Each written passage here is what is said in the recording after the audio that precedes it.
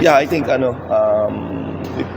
Reynolds deserve to win because they shoot parang more than 50% yata sa threes eh. So, and of course, our defense also was not there. I mean, talagang outrun. They're more faster than us. They are more stronger than us. So, I think we need to go back to basic. Go back again to film, watch the film. And then, sabi ko nga kanina, wala namang natalo, na may natuto lang. Natuto kami doon na, I mean, it's not easy. I told the players, not easy. I mean, we will experience all the challenges this conference. And I think,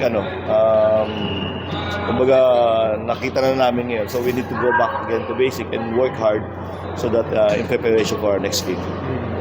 You think kahit yung natalo kayo in a way, yun na may sa mga may natutunan kayo, at least will makaka-regroup kayo? Yeah, oo naman. I mean, di naman kailangan mag-panic. I mean, it's only one loss and everybody, of course, we expect lalo na yung mga fans dito na it's a close game. But sorry, dahil medyo hindi ganun yung nangyari.